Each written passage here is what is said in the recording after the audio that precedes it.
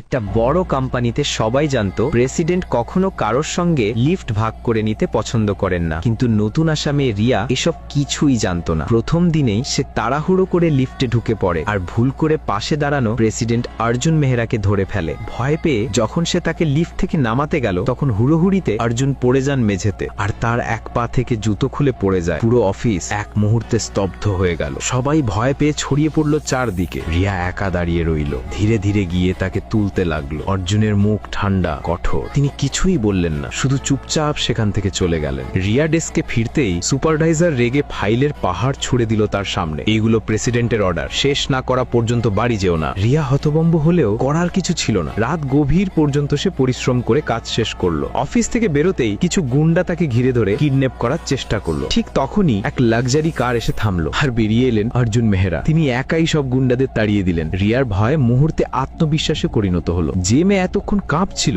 এখন তার চোখে সাহস চলে উঠল। অর্জুন নিজেই বললেন, চলো আমি তোমায় বাড়ি পৌঁছে দিই। গাড়িতে বসতেই রিয়া দেখলো অর্জুনের সুটে ধুলো লেগে আছে। সে দ্বিধায় হাত বাড়িয়ে তা মুছে দিতে গেল। ঠিক তখনই ড্রাইভার ইচ্ছে করে গাড়ি একটু ঝাঁকুনি দিল। রিয়া সোজা গিয়ে পড়লো অর্জুনের বাহুতে। অর্জুন কিছুটা চমকে গেলেও ঠোঁটের কোণে একটুখানি হাসি ফুটে উঠল। তখনই তিনি বুঝলেন এই সরল অথচ সৎ মেয়েটিকে তিনি সত্যি পছন্দ করতে শুরু করেছেন। তিনি সঙ্গে সঙ্গে ড্রাইভারকে বললেন, তোমার স্যালারি 3 গুণ বাড়ানো হবে।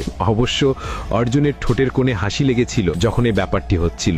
কয়েকদিন পর ভ্যালেন্টাইন্স ডেতে অর্জুন জানতে পারলেন রিয়ার কারোর সঙ্গে ডেট আছে। অল্প হিংসে অনুভব করে তিনি বললেন, চলো আমার সঙ্গে শপিং এ চলো। রিয়া প্রথমে রাজি হচ্ছিল না, কিন্তু যখন শুনলো এর বদলে ₹500 বোনাস পাবে তখনই সে ডেট ক্যান্সেল করে অর্জুনের সঙ্গে গেল। মলে গিয়ে সে এক সুন্দর গয়লা পছন্দ করলো, কিন্তু দাম দেখে চুপ হয়ে গেল। অর্জুন সেটি কিনে দিতে যাচ্ছিলেন, ঠিক তখনই রিয়ার এক্স বয়ফ্রেন্ড নিজের নতুন প্রেমিকাকে নিয়ে সেখানে এসে হাজির। সে মেয়ে তিরস্কার করে বলল, দেখতেও পারো না কিনতে, তোমার মতো মেয়ের ভাগ্যে গয়না কোথায়? ওর এক্স তখন বড়াই করে বলল, আমি এখন প্রজেক্ট ম্যানেজার। অর্জুন কিছুই বললেন না, শুধু নিজের অ্যাসিস্ট্যান্টকে এক মেসেজ পাঠালেন। কয়েক মিনিটের মধ্যেই ওই ছেলেটির সব আর্থিক সাপোর্ট বন্ধ হয়ে গেল।